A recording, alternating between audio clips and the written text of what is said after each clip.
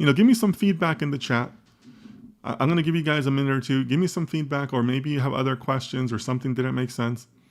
But, this is the work that you could be doing right now to develop the portfolio, prepare yourself for the interviews, but more importantly, develop the data scientist mindset, because that's really what we're after, right?